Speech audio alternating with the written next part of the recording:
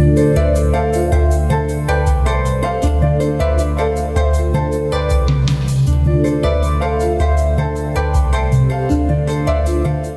everybody to Lawrence Heritage State Park. My name is Rich Padover, the summer interpretive tour guide here. So I thank you all for coming today.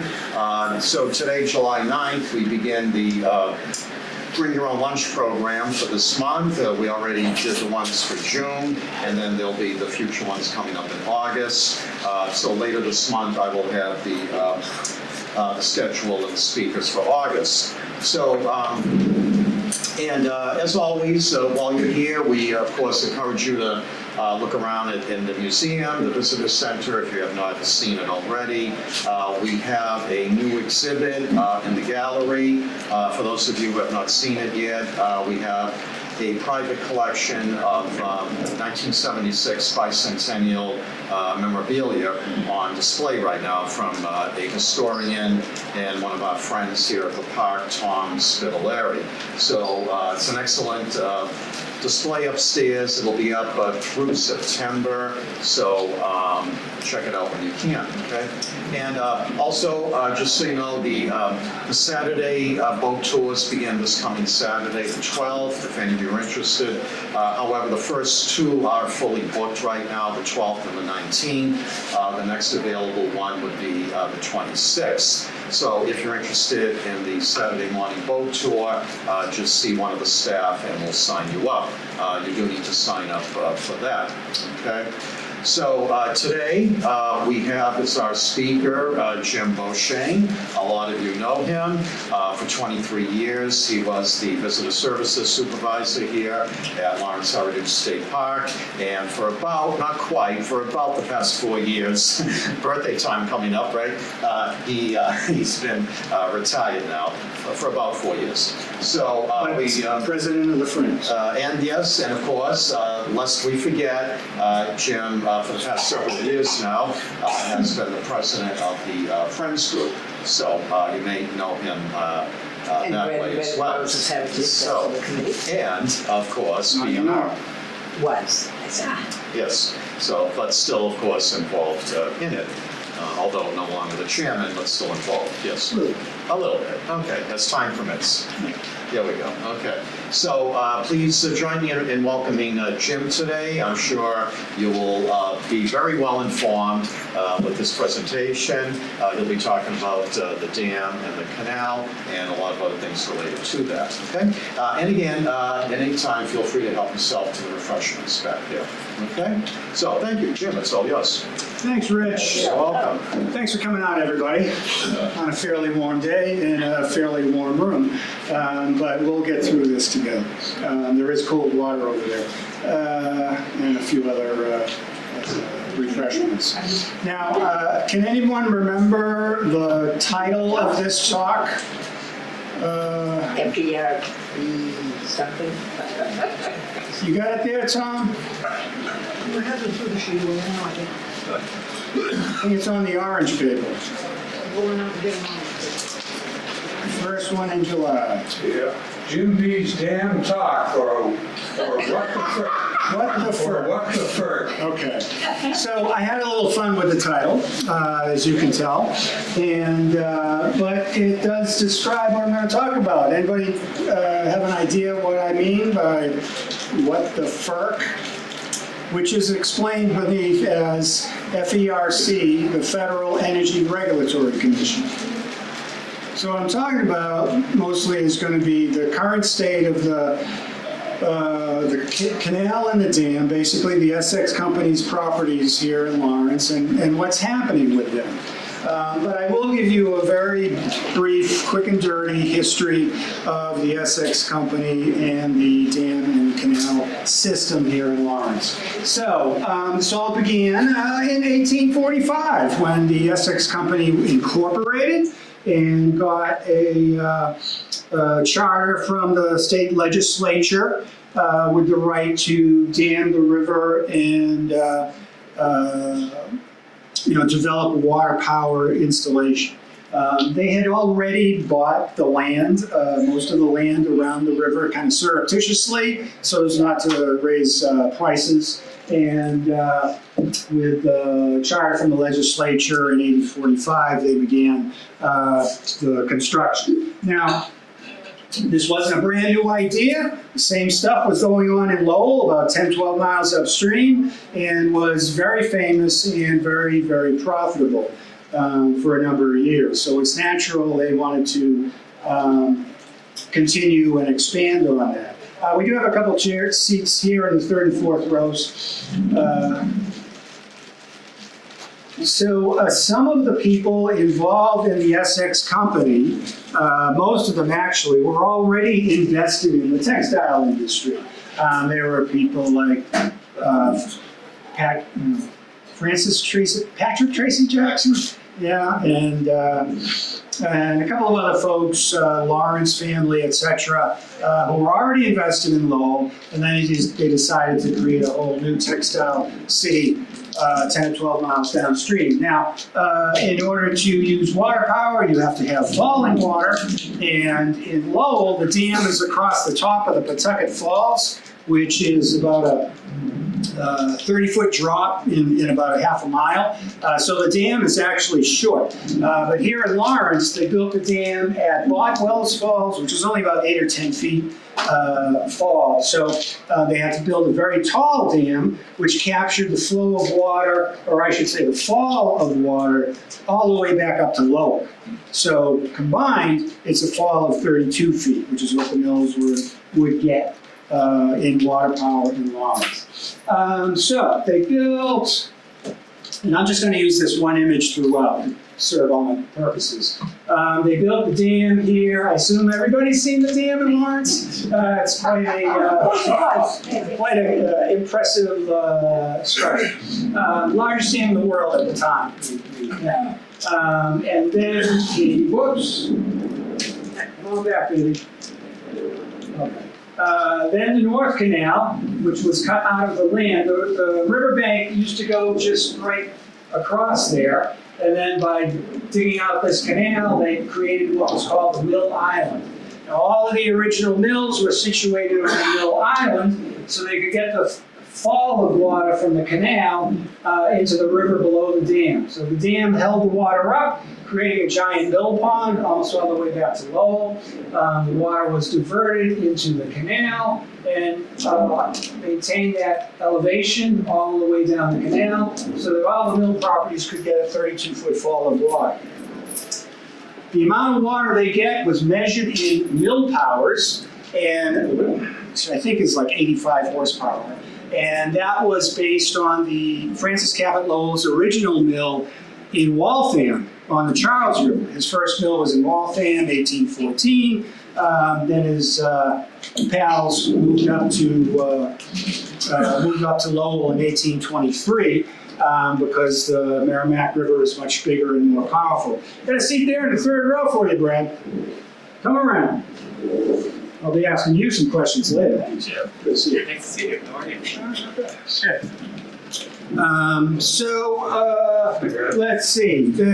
From 1845 on, they're supplying water power to the mills. The mills are separate corporations, but with many of the same owners, just in different combinations, okay? They're all part of a class of Boston-based Yankee merchant industrialists who've later been called the Boston Associates. But that's not what they called themselves at the time. That's a label slapped on them by historians. And it was more of a network than a group. It was a network that continued to grow and spin off subgroups, such as the folks who developed the Atlantic Mills, which was here, the Bay State Mills, which was here, which is now the site of the Washington Mills. Those were the first two. And then it took a few years. Things weren't happening as fast as they wanted, but in the 1850s, they had one more huge mill complex went in. That was the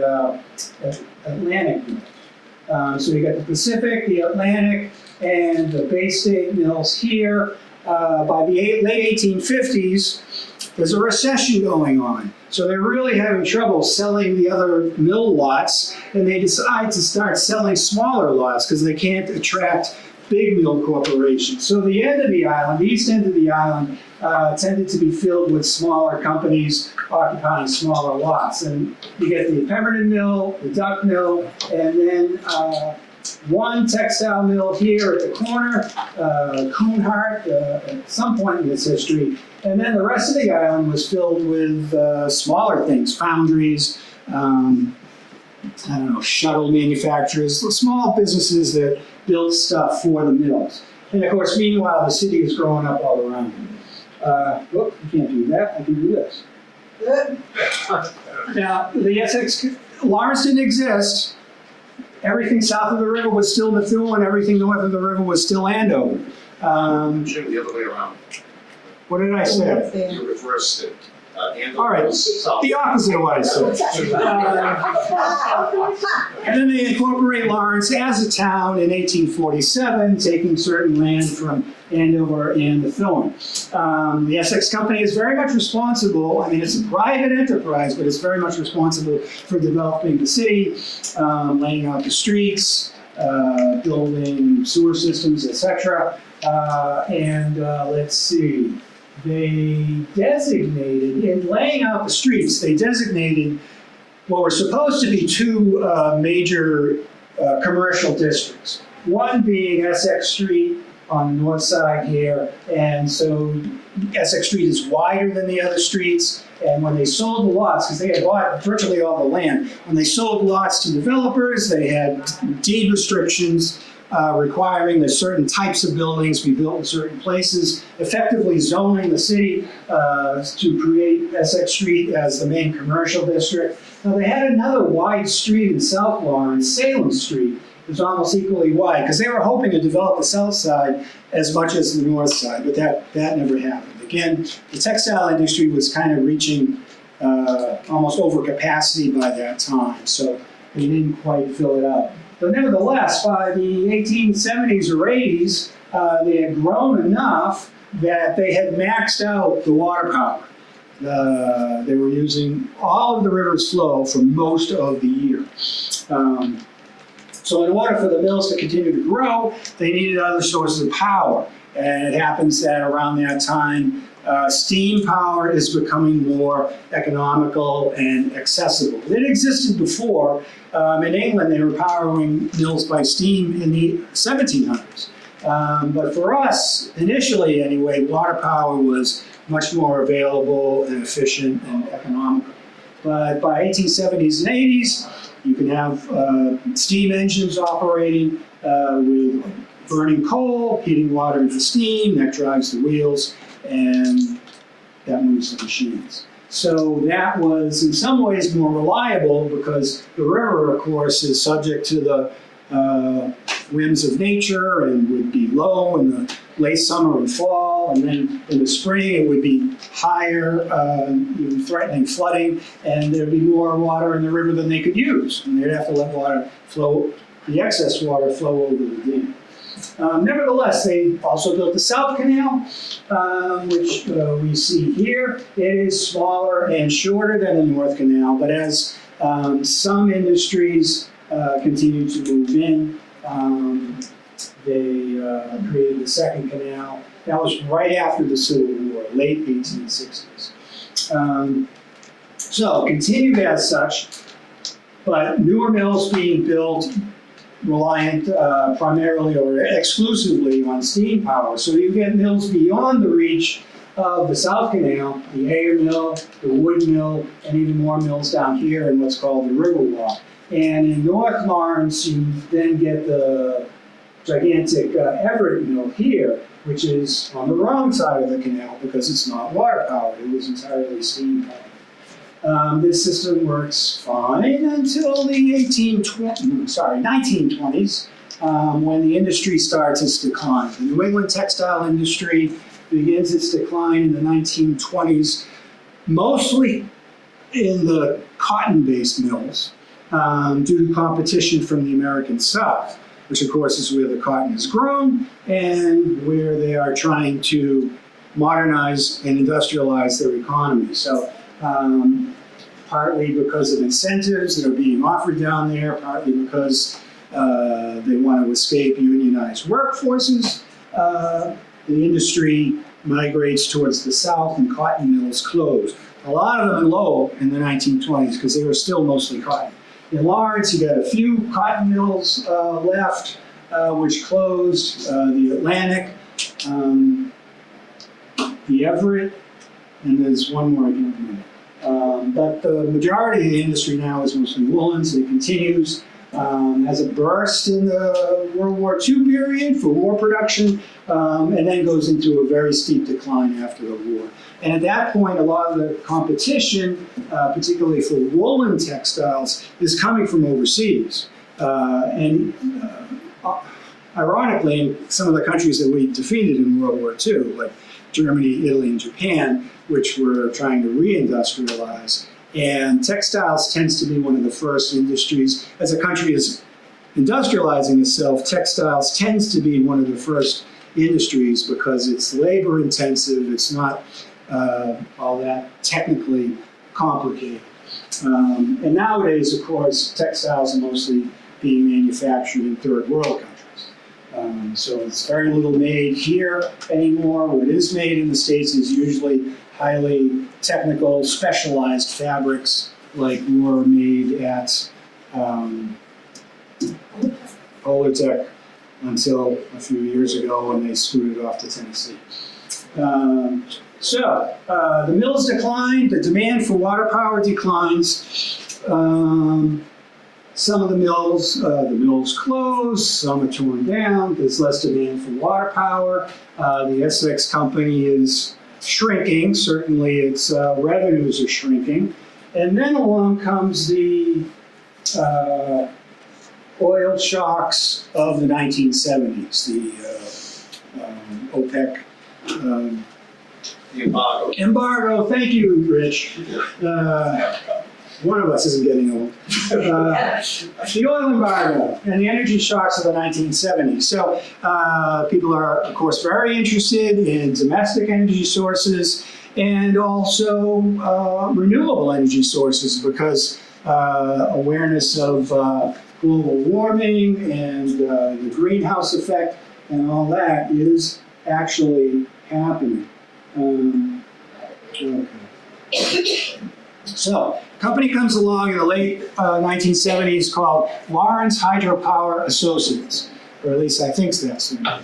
And they build, because there's not so much demand for the water anymore, the Essex company's water, they build a hydroelectric plant next to the dam. I'm sure most of you have seen that, which of course is, let's see, right there, okay? Which is a location, there used to be a, what we used to call an old folks home there.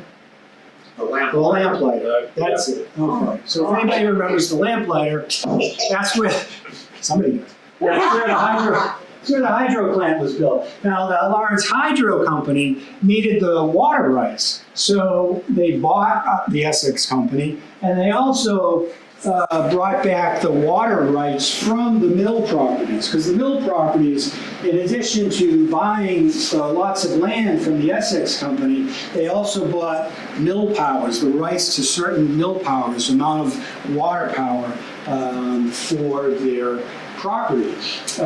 So the hydropower people had to get those water rights back so they could use all the water in the river. So since that time, the hydroelectric company here has gone through a few iterations. At one point it was Consolidated Hydro, which was combination of the hydro company here and the one in Lowell, where they've done the same thing, built a hydro plant next to the dam.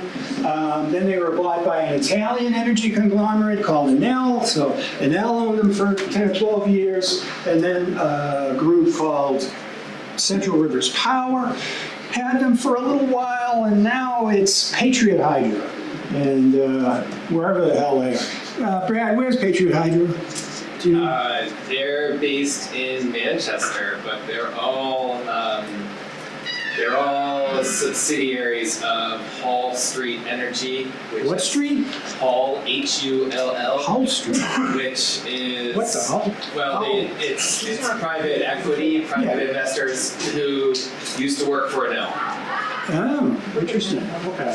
So that's who owns it now. Now, in the last several years, I'll go back, say, 10 or 15 years, various complaints have been raised locally about the way Enel, whoever, I'll call it the SX company, because technically that's who they are. They still exist only as a subsidiary of a subsidiary of a subsidiary. The Essex company has been complained about because of the appearance of the canals, the trash, the overgrowth of weeds in many places, and the actual physical deterioration of the canals, where there are any number of places where you can see the canal walls sagging and other parts of it that are in obvious decline. So people complain, kind of ad hoc, individually, but a group formed of folks who are situated in the North Canal area, mostly some of the businesses, some of the mill owners, and now I keep wanting to move that. Come on, dude. Okay, some of the mill owners and nonprofit organizations, etc., got together, meeting about this and strategizing as to what to do to make the Essex company take better care of the canal, in particular the North Canal, because that's been a focal point of development in the city ever since basically the Heritage Park was created, and folks like it to look nice and would also like it to not fall apart. So a formal complaint was raised with the Essex company, and conversations have been held over the years with a minimal amount of progress. We'll say that Brad here is from Groundwork Lawrence, which is a nonprofit organization locally that's really been leading the charge and organizing the effort to get the Essex company to invest a little more in its facilities in Lawrence. May ask him later to fill in some of the details that I'm generalizing about. But essentially, complaints have been made. At one point, complaints raised to FERC, the Federal Energy Regulatory Commission, because the Essex company operating the hydro plant is licensed by the FERC, and their license is coming up for renewal in 2028. That's 50 years after the opening of the hydro plant in 1978. Now, in a recent interaction, the local group, which is legally led by the NRDC, who's your legal? The advisory committee? No. Filed the complaint. Oh, the FERC complaint? The FERC complaint was written by the Conservation Law Foundation. Conservation Law Foundation. And the City of Lawrence, Groundwork Lawrence, Lawrence Community Works, and several property owners were signatories to the FERC complaint. Okay. You'll notice the park was not a signatory. The park can't participate in these legal brouhahas. We remain neutral, although our feelings may be obvious.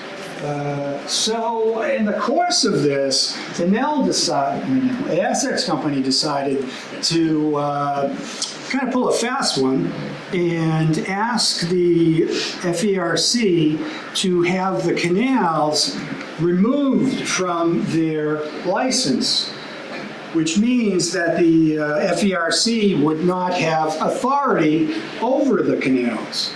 Because the FERC, as the regulatory and licensing agency, can force the Essex company to do certain things, like keep it clean, maintain the canals, etc. I will say one point in defense of the Essex company is that the canals are nothing but a liability for them. The hydro plant is their moneymaker. And people will say, well, they're making a lot of money off of it. Yeah, they are. But it's all at the hydro plant, and the canals are just liability, maintenance, and expense for them. And they have been spending some money, but they're not exactly keeping up with the rate of deterioration of these facilities. Now, what else can I say?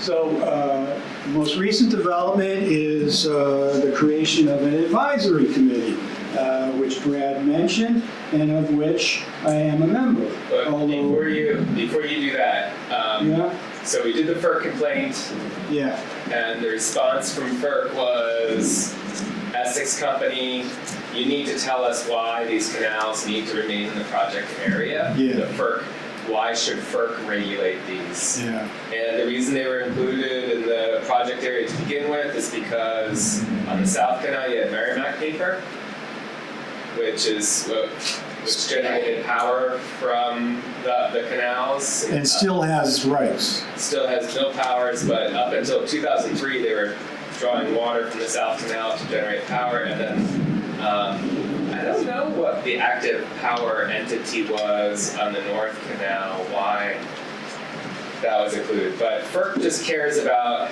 power generation and regulating power generation. And use.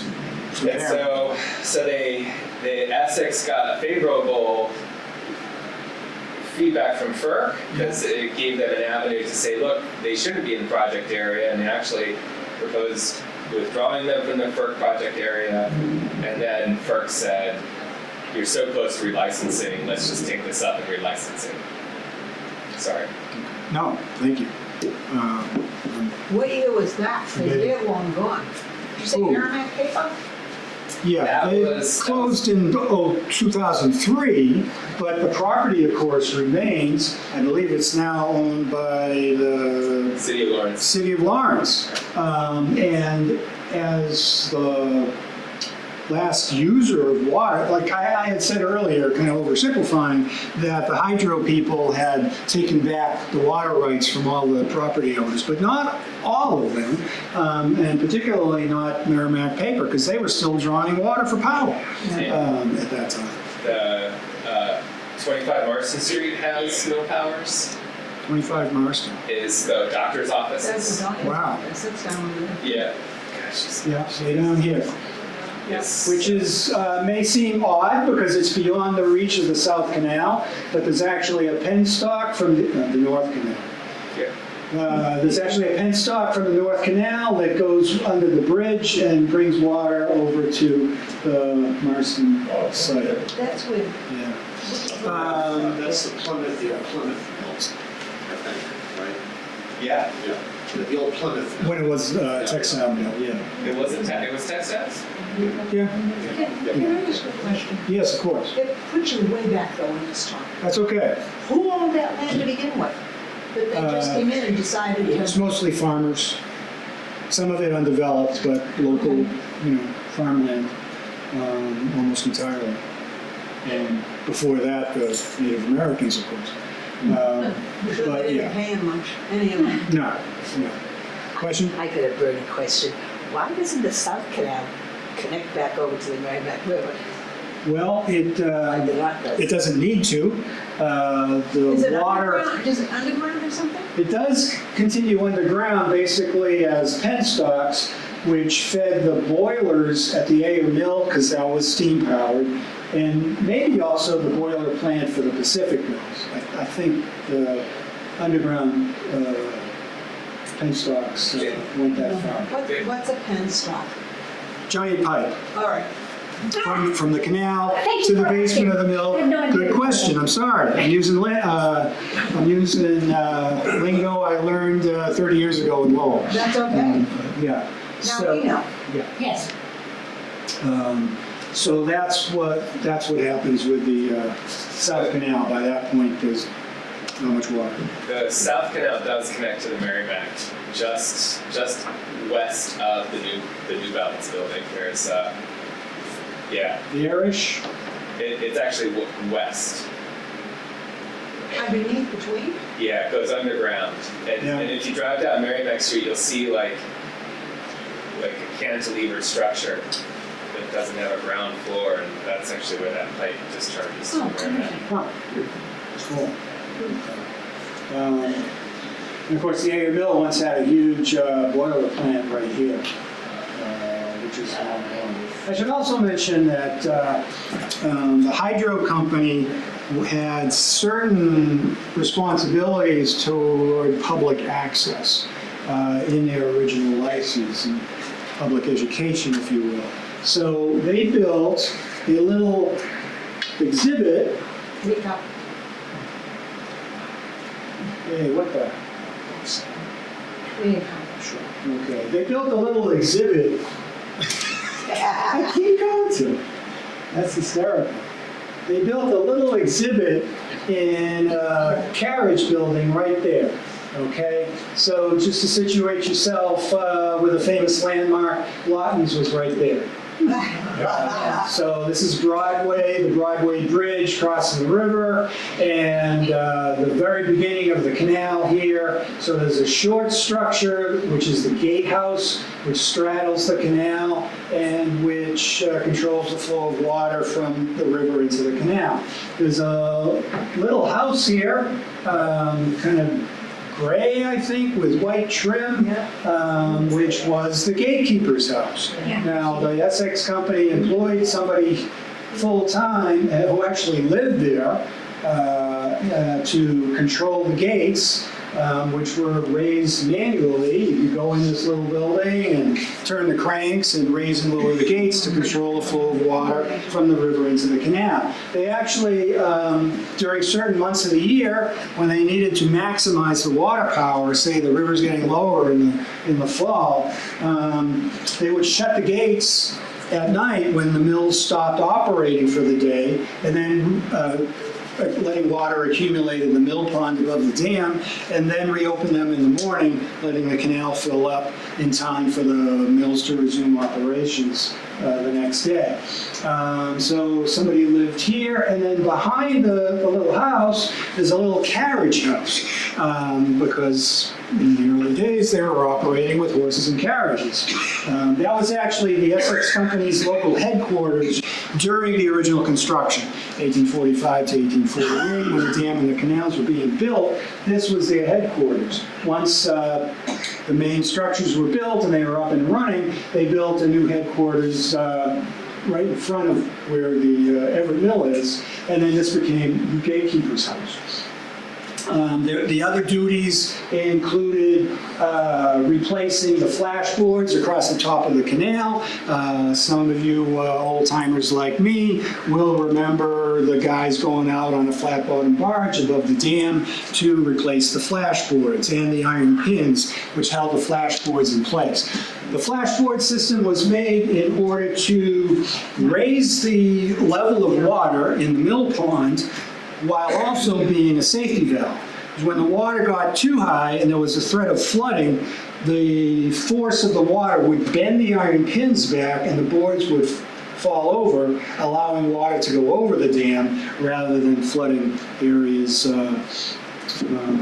banks of the mill pond. But that required, once the high water period was over, that required the Essex Company sending a crew out on a boat, flat-bottom barge, that inched its way along the lip of the dam, replacing both the iron pins and the flashboards. So it's obviously a very labor-intensive and imprecise process. So it was about 15 years ago that when it was owned by Enel, that they replaced that with inflatable crest gates. Crest gates, metal gates that are raised and lowered by huge rubber bladders with compressed air.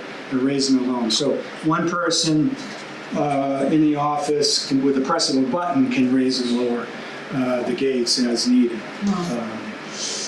Depending on the level of water in the river.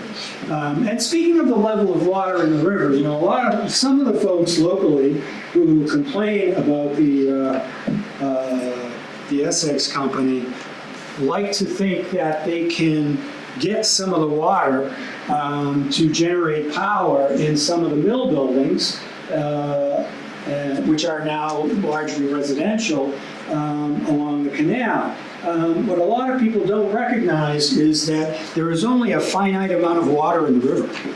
And for most of the year, the entire river's flow is going through the hydro plant. So there isn't this extra water that can be diverted down the canal to power any turbines that might be left there. And in fact, let's see, this outfit here, which is the Lower Pacific Mills, tried about a dozen years ago to get the Essex company to release more water down the canal so they could restart their turbines to provide power for their tenants. It's no longer manufacturing.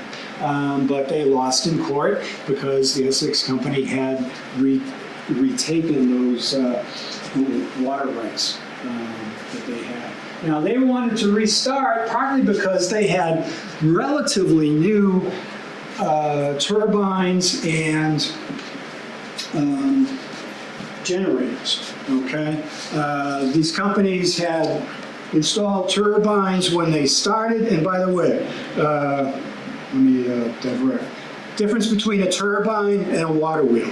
You know, the original mills in Lowell were powered by water wheels, big wooden structures that went over, you know, the water was directed to the top and it filled the buckets and it turned. Those are not super efficient. And by the 1840s, they were developing turbines. And a turbine is more like a propeller inside a pipe.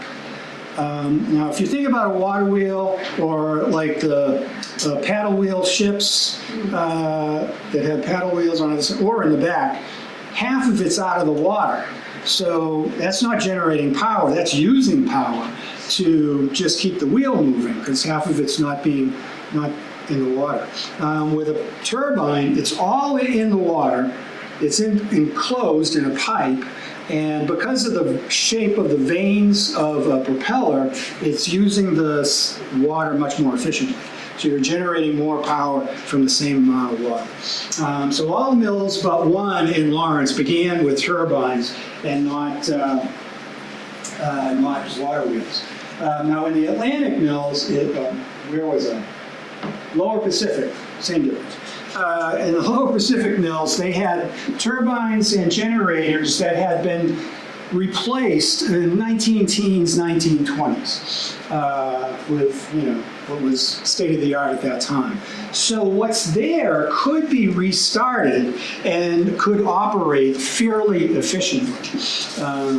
They had a consultant come in, look at their turbines and generators, and he said, you know, you could replace it all with modern stuff, but you'd only gain about 10% efficiency. So that 1920s stuff was still pretty good. But the court said, no, the Essex company has the right to all the water. What else? Oh, I was getting to their requirement to provide some educational, public access stuff. So in the little carriage house over here, they created a little exhibit about the river and various aspects about the river, about pollution and efforts to clean up the river, which is much cleaner than it used to be, about water power and its current uses, and about the history. It's a neat little exhibit. They had touch screens in there, kind of state-of-the-art for 1980 whatever. I think they didn't open it until the late 80s. But they never really made an effort to make it accessible to the public. You know, you had to call them and ask for a tour, ask for access to it, and if someone was available, they would take you. Now, there was a brief period, one brief shining moment when I was working here and I talked to them and they gave me the key to the exhibit in the gatehouse. So I could take groups in there, which I did a number of times. The drawback to that, however, is that it's fairly far from the visitor center, which is here. So when we do our dam and canal tours, we start them here at the visitor center, walk down the canal, cross over here by the central bridge, go down to Pemberton Park. Thank you, Rich. You're welcome. Pemberton Park, walk along the river. For the folks that are adventurous, we'll take them under these two bridges, the defunct railroad bridge and the bridge that carries 28 Broadway across the river. Because from under there, you get this spectacular view of the dam. It's really, really impressive. There are, of course, times a year when you can't do that because the water is high and the platform where we go out under the bridges is underwater. But You can feel the mist from the dam. oh yeah, it's awesome. It's super impressive when the water's going over the dam. But if we wanted to take folks to the gatehouse, then we'd have to back up, go through a bit of the park, climb up this sloped road here, cross busy Broadway, and then go into this area to interpret it. And I've done that a number of times, mostly with groups that are able to meet me there. You know, if the group can meet me there, as I did, you know, I had a group walk from the school in Bogwell Park, Gilmet School. I had a group from the Gilmet School walk down and meet me there, and I had a group from the Weatherby School in South Lawrence walk down and meet me here. So that's great. And occasional groups come that have a bus, and you know, I'll step on the bus and go down there. But otherwise, it's hard to get visitors in there. Plus, I don't have the key anymore. And then at the hydro plant, there's a couple of things to see. You can get a tour just of the hydro plant of how it works, and that's a really fascinating site. And then also there's the fish elevator, or the fish passageway. So, you know, they had a fish elevator installed when it was built in '78.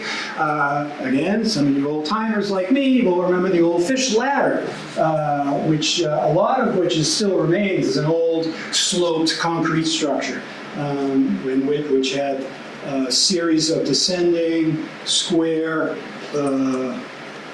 sections with water flowing down, and the fish were supposed to swim up as they would do naturally over rocks and rapids. Of course, it never worked very well, and the migratory fish, particularly salmon, never came back the way anybody hoped they would.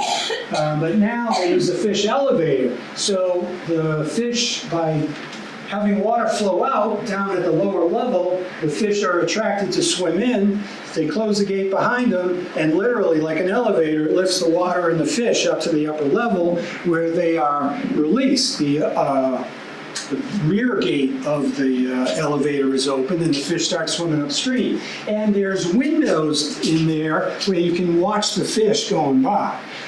So if you request a tour in the spring, they can take you to the fish passageway, and you can watch the fish passageway. And somebody counted, you know, 1 salmon, 2 shads, which is pretty cool. It's not as accessible as the one in Manchester, New Hampshire. This one is a little hard to get at. You have to actually climb down a ladder, which is just iron rungs in the concrete. So it's not particularly accessible. And again, they don't advertise. You know, you got to call them and ask them. There was an article in the Globe this last week Yes. that there were 300 dams in Massachusetts. At least. I think it's gone down. I mean, I think that's what it is now. I'm not saying what it was. Yeah.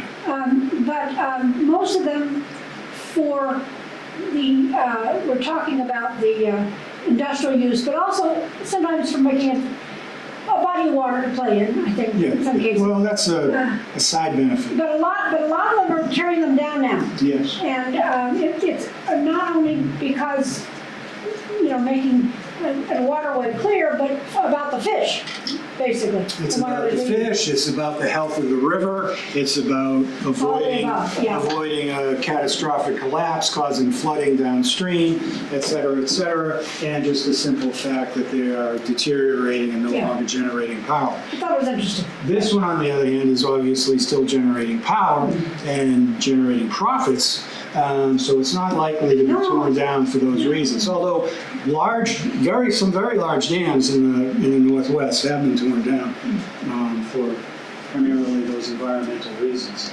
Not only does the dam prevent migratory fish from going upstream and spawning, etc., but it also creates still water in the mill pond above the dam. So what had been naturally flowing water is still, it gets warmer, it promotes algae growth, etc. It becomes deader than a flowing river.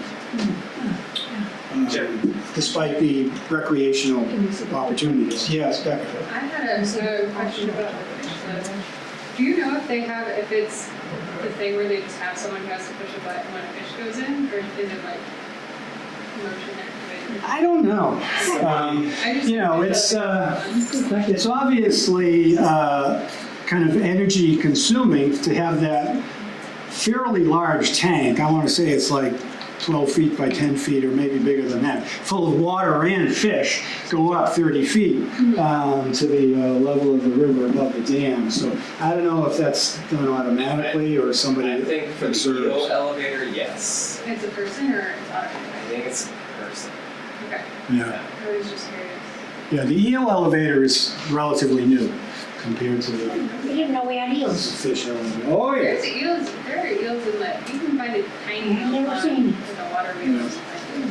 Oh, and speaking of the recreational opportunities created by the dam, which creates this still part of the river for a few miles, and we have, of course, a boating program here in South Lawrence on the south bank of the river. But there's also, because of the migratory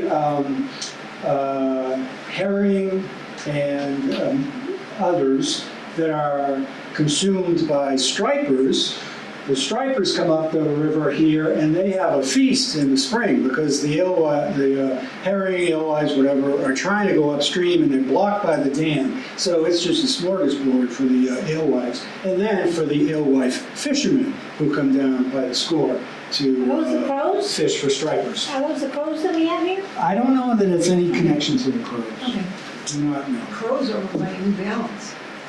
Yeah, crows are down here for the I most part. remember crows. So just in terms of other interpretive and recreational opportunities, of course, if the park maintains the path along the canal, along the north side of the canal. Let's see, the turbines in the lower Pacific mills, the mills which were sold to a developer about 10 years ago, give or take, and is now a mixed-use project, but mostly residential. But the previous owners did not sell them the turbines and the generator room. They kept them and want them to become available to the public. And at one point, that was transferred to the LRA. Lawrence Redevelopment Authority. Thank you, Brent. The Lawrence Redevelopment Authority still kind of owns them. And at one point, I had the key for that, too. And that was pretty cool to go into. Although, it is misnamed. They call it the turbine room, but you can't see the turbines. The turbines are down below. What you see are the generators, which are these three humongous circular objects where the water power was generating electricity. And if anybody wants to know how that happens, I can tell you. Yes, no, yes? Okay. And I have a diagram somewhere, but I don't know where it is. So anyway, the water flows down to the turbine, makes it spin. There's a central shaft that comes up from the turbine which spins. It is connected to a huge wheel inside the generator. On the edge of the wheel, oh, thank you, Becca, to the rescue. All right, so turbine's down here, the propeller-like thing, the water falls through, it moves around, the motion goes up here to this thing, which is the whole thing's a generator. The wheel inside is called the rotor because it rotates, and the part directly outside of it is called the stator because it's stationary. And on the outer perimeter of the wheel are very powerful magnets. And on the inside of the stator are bazillion copper wires. And the magnets are powerful enough to move the electrons inside the copper wires, and that's electricity. And that's as far as I can tell you. Jim, excuse me, when you were VSS here, at one of the October Friends meetings, and you had the key, you took us on a tour, you got us into the Pacific The Hills. turbine room. The turbine room, and I took a photo of what you were describing now, the generator, the encased it when it was electrified. So if you like, we can pass this photo around. the Yeah, room. by all means. People, would like to Somewhere or other I have photos, but I kind of lost track of a lot of my stuff over the years. So now, I am on the Lawrence Dam and Riverfront Community Visioning Advisory Committee. Although I missed the first meeting, so I'm a little behind the times. But it's a group of citizens who've been brought together to talk about what we would like to see with the dam and the canal and those properties. And there are the obvious things. We'd like to see them cleaner, better maintained, et cetera, et cetera. For my purposes, and I would say for the park's purposes, what we would like to see is improved opportunities for interpretation of the history and present of water power usage in Lawrence. So, like I say, there's this little area here by the gatekeeper's house, which is really interesting to look around at, but it's not in the best of shape, and it's not really amenable to unguided visitors, that's for sure. So that would be nice if they were to improve that. There's another little area that's kind of a pet project of mine, which is right here. When you get to the south side of the river and you're about to pass what used to be a little diner there. Who remembers Colonial Kitchen? Keep going. Okay. Keep But going. before you get to the power plant, the hydro plant, there's this little green area here, which is kind of overgrown. When we have the trolley tour stop here to look at the dam, you can hardly see it through all the overgrowth in there. But what a wonderful spot that would be for some benches. Now, there are challenges to making that accessible to the public. It is steeply sloped, and at the bottom of the slope, there's a 50-foot drop to the river. So I don't know what kind of fencing would have to go in there, but damn, that would be a nice place to look at the dam. And of course, it would be nice if the hydro plant itself was made a little more publicly accessible. The other interesting, of course, the turbine room in the Atlantic, Lower Pacific Mills, rather, which is where my grandfather worked for 50 years. It would be wonderful if that was made more accessible to the public. And That's a mill? I'm sorry? That's a mill right there? Yeah, it's a Like, mill building. Yeah. all the way down? All the way to the river. Wow. And it's all residential now, just a little bit of commercial space up front. So that one's all residential, and this one's residential, and this one's residential, and now the stone mill recently converted into residential. But this area down here is very interesting. This is the east end of the Mill Island, okay, which is now a public park called Nunzio de Marca Park. Who remembers Nunzio? Yeah. A few of us. He was a great Lawrence character, great guy. Now he has, to my knowledge, zero connection to that property, but somehow it was deemed his turn to have a property named after him, so it became Nunzio de Marca Park. Now the development of this into a park was overseen by Groundwork Lawrence, in particular our friend Brad here, who does a lot of this stuff for the city. A lot of the park improvements are really overseen not by the city itself, but by Groundwork Lawrence. So what they created here, there's paths, there's a pavilion with benches underneath, and there's this hill which is made on top of slag from the foundry that was next door. They had all this useless stuff from the foundry, and they made a big hill, and so they covered it and planted it and put a spiral path reaching to the top. We've got great views. But this area has great history here.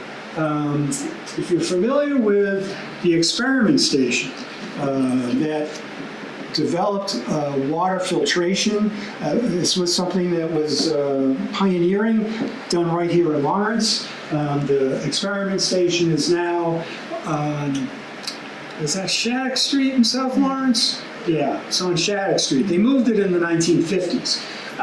But from about 1880 until the 1950s, the experiment station was there, right about here. It started with the Essex Company's agent, Hiram Mills, doing experiments on water flow and water measurement. But then he became the chair of the state's Public Health Commission, or the subcommittee on water quality, water safety, etc.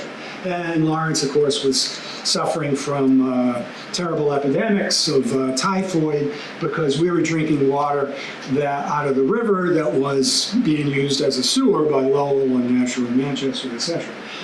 So they developed a slow sand filtration system at the experiment station, approximately 1890, implemented it in Lawrence, and the rate of typhoid just plummeted. And that became a model that is known really worldwide among water quality people. Yes. Can you give a little shout out to Ellen Swallow Richards? I will give a very little shout out to Ellen Swallow Richards. Okay, so when the park was being developed here, or I should say when this, kind of vacant or neglected land was being developed into a park, there were various suggestions as to naming the park. Some thought Hiram Mills would be the appropriate name because he was in charge of the experiment station. Others suggested Ellen Swallow Richards, who was one of the scientists working at the experiment station, who was also a pioneering woman scientist, first female PhD from somewhere. MIT. First professor. I don't think she got a PhD from MIT. I think you're right. She got it somewhere else. Fast. But she was the first female instructor at MIT, and she went on to pioneer in other fields as well. So she was a very key figure there, and some folks said, well, it'd be nice to name that park after this pioneering woman scientist. Nowadays, they would call that a DEI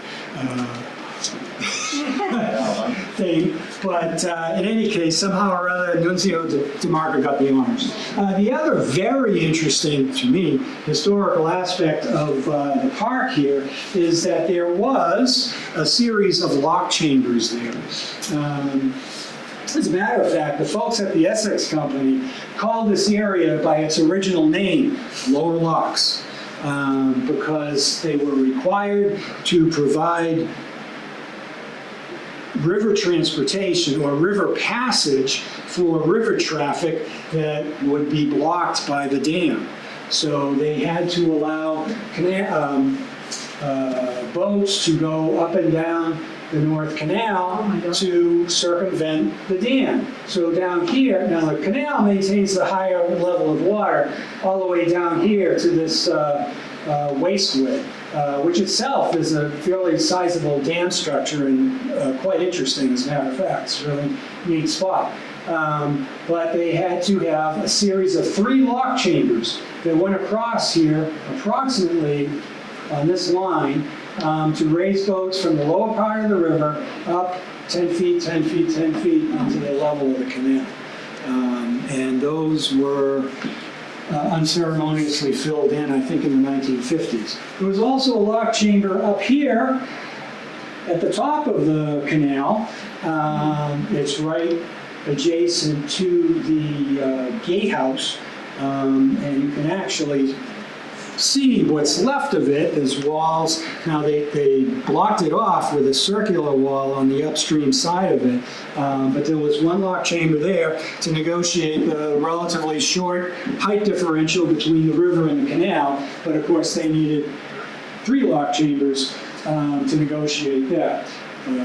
30-foot difference. So even though there was never much boat traffic on the river, I should say on the canal, because by that time, the railroad was coming in strong, and that was the main way to move freight.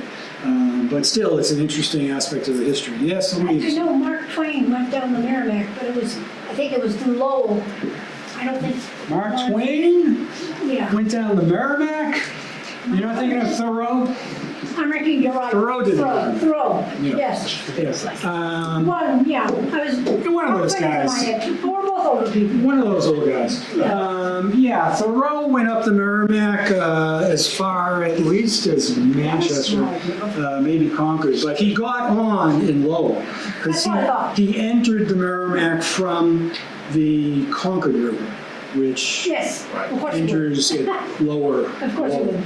and went up from there. But of course, at that time, I don't think there was anything in Lawrence, but I don't Lowell think- was well I think you're right. developed, and he had a lot I to think I say read that about Lowell, yeah. the industrial Yeah. impacts of Lowell on the river. Yes. Exactly where was the stinky paper mill? Which paper mill? The stinky one? The one next. They're all stinky. The one next to Lawrence General. 'Cause I The thought- one next to Lawrence General, I know okay, so it's that's somewhere. here. That's a parking lot and a little park. What is that building that's there still, just above the ruler? This, Yes. that is an old mill building. It actually was a warehouse. And you can tell which buildings were warehouses because the windows are small and few, because they didn't need light to store stuff in a warehouse. The mill buildings have huge windows because they're operating mostly by natural light. So that is a warehouse that has been converted to commercial use. There's doctor's offices in there and stuff like that. Another question, right while you're there. Yeah. Lawrence General, parking.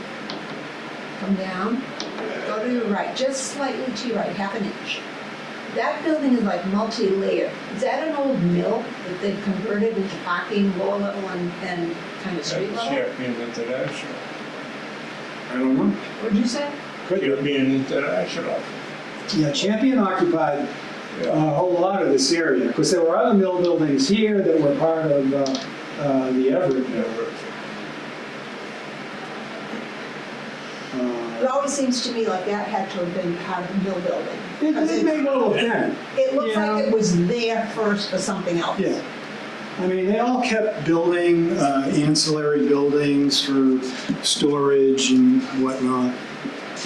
Do you mean that? I did, I had a question. Yes, please. This group that you're a part of, the advisory committee, Yes. I love the ideas that you're talking about. Where are you folks looking to get funding from? Is it a combination of state, federal? I don't know, how much you got? Grants, All of the above. all of the above. We have no money, we have no power, it's just advisory, so we're free to speculate all we want. They do a lot of hot air talking and hoping some of it hits. And of course, nowadays may not be the best time fiscally for ambitious public projects. But anyway, we can dream. Yeah. Explain to me why we need water in the North Canal.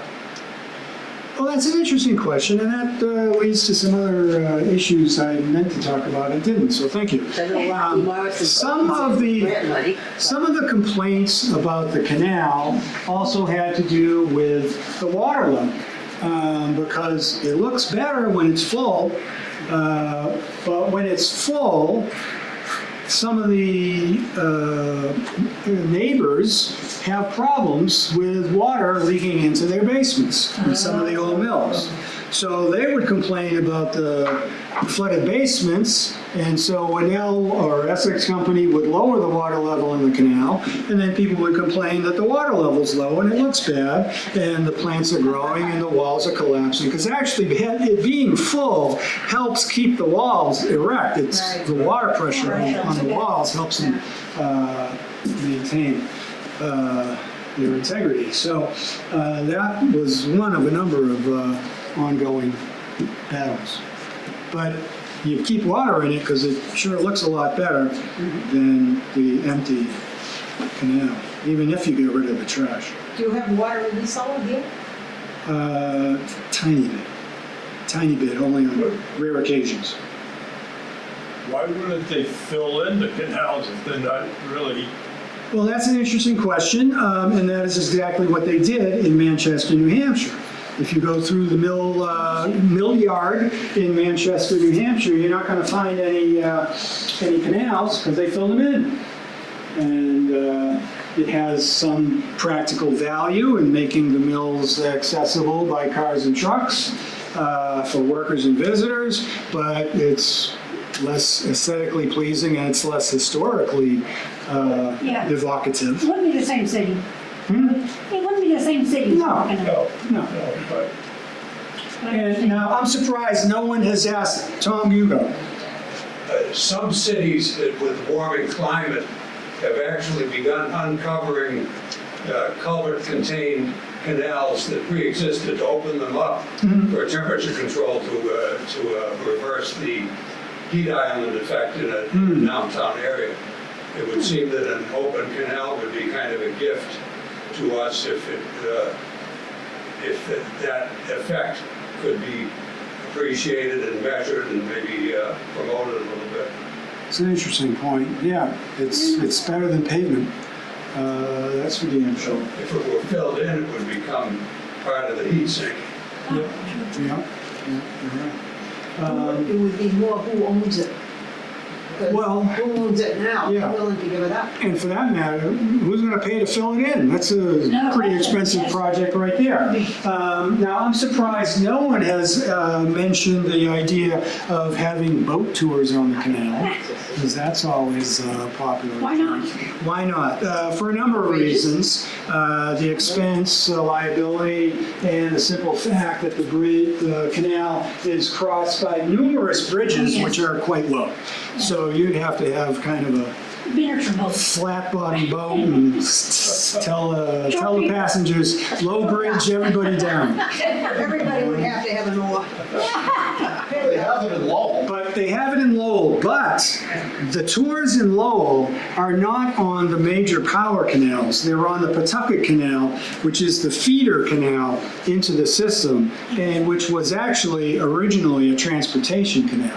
The canal was there before the industrial development as a bypass to get around the Pawtucket Falls.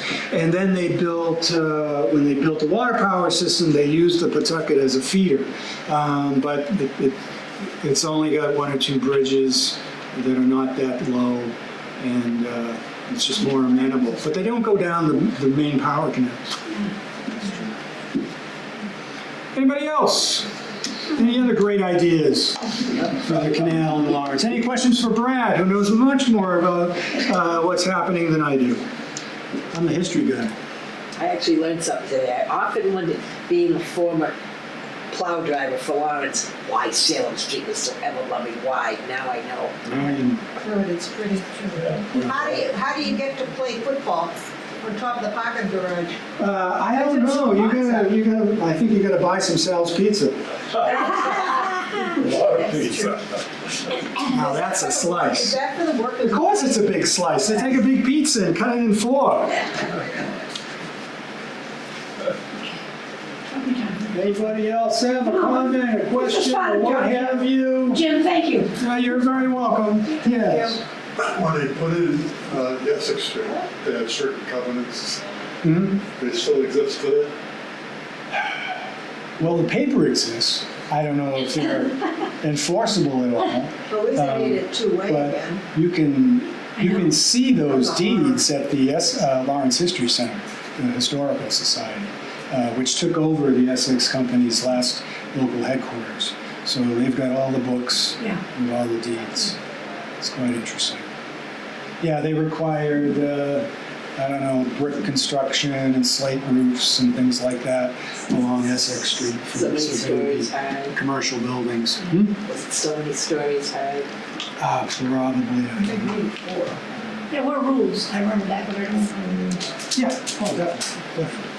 And as a matter of fact, the zoning, the effective zoning also included the common, which is the 17-acre park in North Yes. Lawrence that was donated to the city.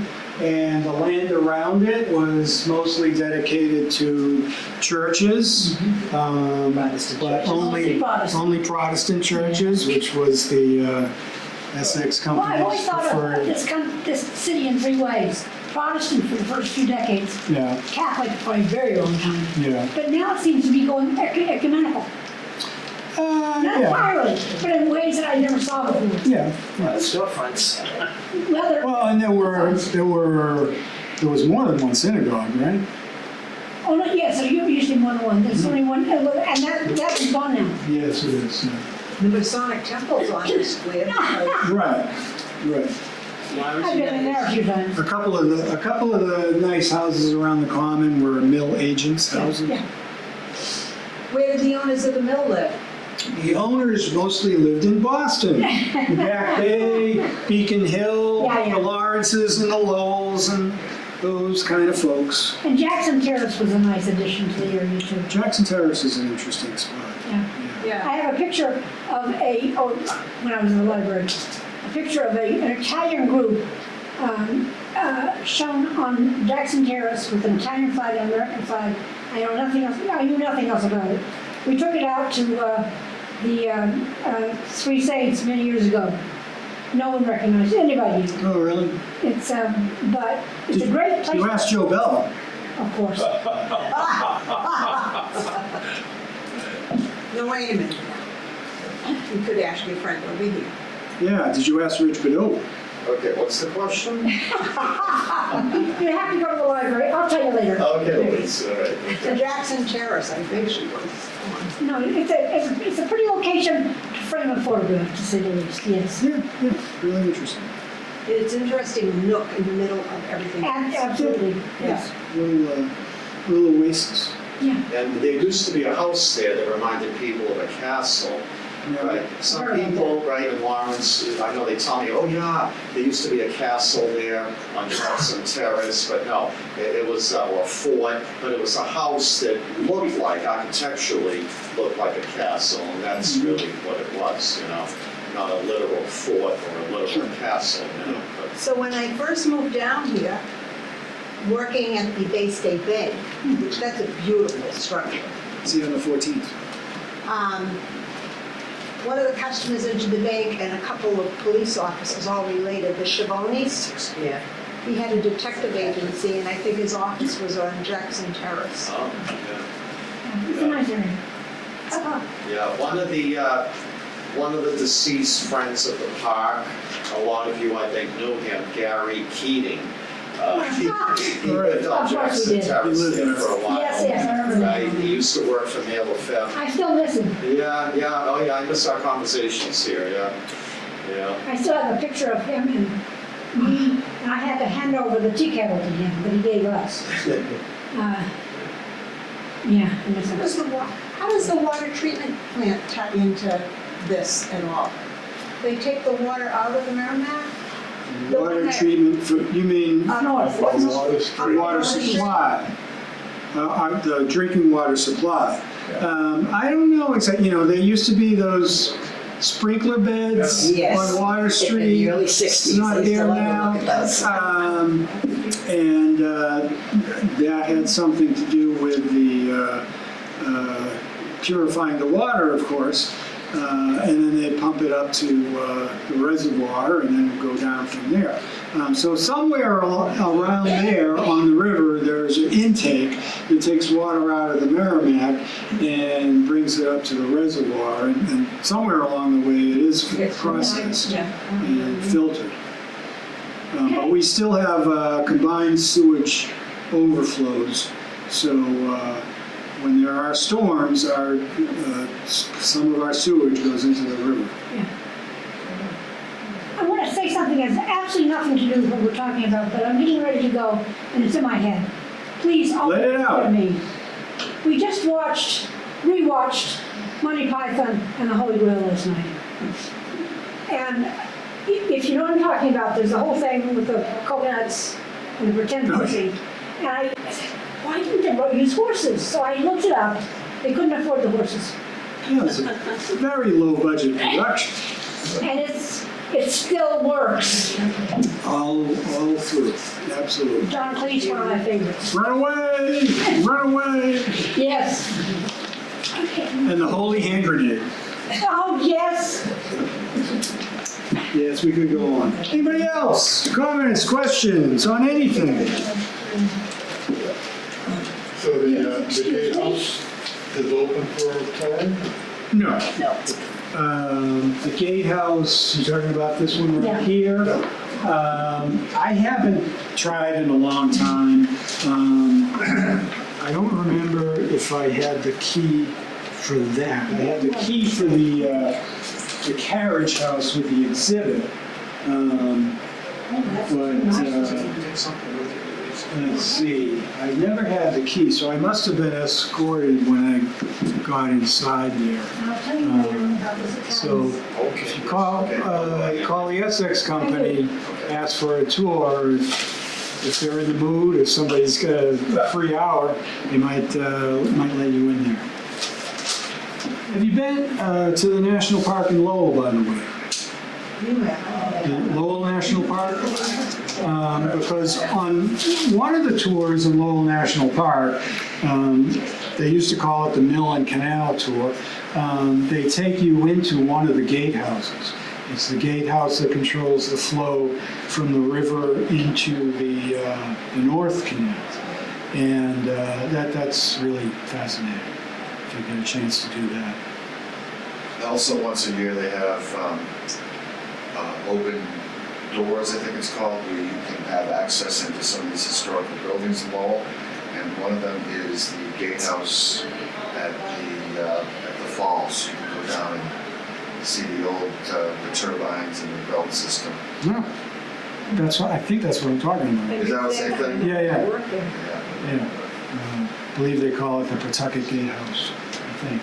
And one really interesting thing in this site, like I said on the gatehouse here, was originally manually operated. They would crank to raise and lower the gates. But in the Pawtucket Gatehouse in Lowell, they actually have a small turbine on one end that generates water power, which they use as the power to raise and lower the gates. So it's water power controlling the water.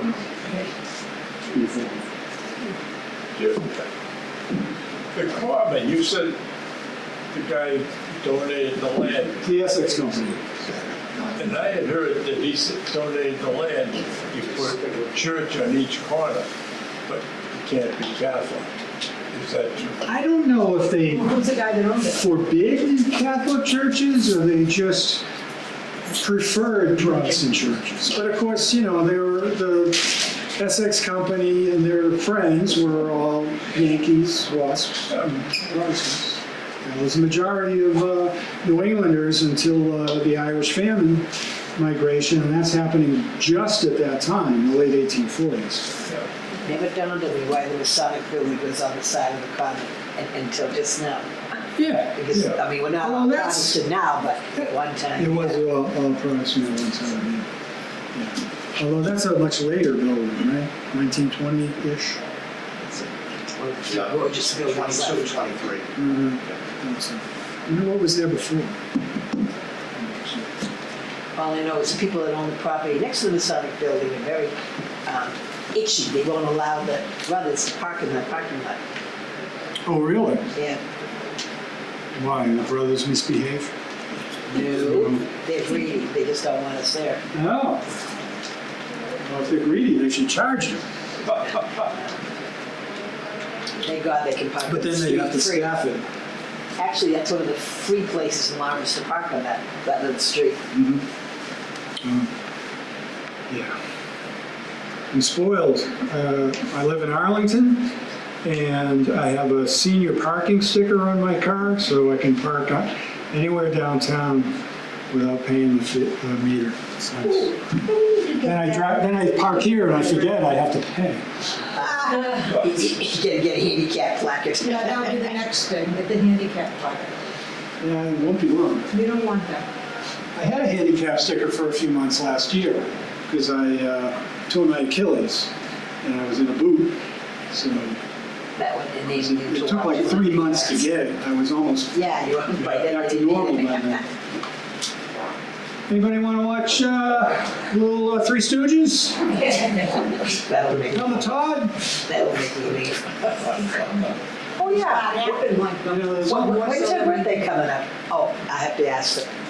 Oh, look at that. Yeah, this is about the view I was telling you about. That's the water thing. It's the hydro plant. Yeah. And that's with the remainder of the old fish ladder. Fish ladder, yeah. So when that was being built, I stopped with that green area you were talking about. Yeah, yeah. It improved. Yeah. Had our, we got just our son. What year was that? I don't know. Okay. It's pretty recent, I think. After he was born, he was born in 74. So let's say between 74 and 78. Stopped to watch. The wind was blowing, the dirt was blowing. Oh my God. We left. And the next morning, I got up and my right eye was swollen shut Oh, really? because a whole bunch of stuff got in my eyes. Were they actively doing the construction at that time? Yeah. Yeah. Ended up at the eye doctor's. You should have seen them. No. But really, under the They bridge, got a little one. this view is spectacular. And when the water is going over, when it's really going over, and it's just churning like it's boiling down here below, it's really amazing. Has it made any of those pothole things they talk about? Are those? I haven't seen any here. Maybe those are just. I know what you're talking about. I saw some in Up in Western Mass. Right, Western And, Mass. the Bridge of Flowers. Yes. Yes. Yes, there's a bunch of them there. Yeah. For whatever reason. It's interesting. I think they glacier. You're welcome. Thanks for coming. All right, thank you. Oh, you're welcome, everybody. Okay, thank you. Nice job. Enjoy. Let's get out and enjoy a non-90 degree day.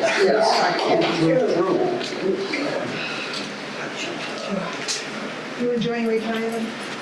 It's a mixed bag. Yeah. Kind of don't know what to do with myself sometimes. I wish I could say that, but I've been working on my kids. No, there's a lot to do. Very